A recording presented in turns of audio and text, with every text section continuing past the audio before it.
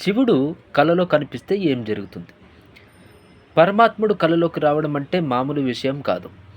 ఎంతో అదృష్టం ఉంటే తప్ప అటువంటి భాగ్యం కలగదని పండితులు తెలియజేస్తున్నారు.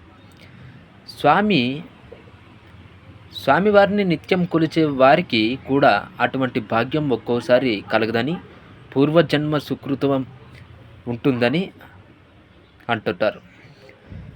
కలలో శివుడిని చూడడం వలన మీ జీవితంలో పురోగతి సాధించడంతో పాటు మీ కోరికలు నెరవేరడానికి శుభసూచకంగా చెబుతుంటారు.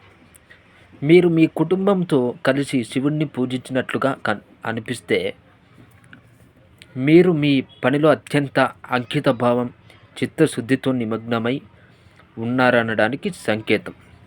అలాంటి కళ మీ కష్టాలు త్వరలో తీరుతాయని సూచిస్తుంది. ఇది మీ జీవితంలో ఆనందం, శ్రేయస్సు, అదృష్టం తెస్తుందని అర్థం. మీకు కలలో శివలింగం కనిపిస్తే అది చాలా పవిత్రమైనదిగా భావించాలి. కలలో శివలింగాన్ని చూస్తే మీ వ్యక్తిగత జీవితంలో చాలా కాలంగా ఎదురు చూస్తున్న కొన్ని పనులు పూర్తవుతాయని స్వప్నశాస్త్రం చెబుతుంది. మీరు ఆ పనిలో విజయం సాధిస్తారని, శివుని ఆశీస్సులు ఎల్లప్పుడూ మీపై ఉంటాయని ఇది సూచిస్తుంది.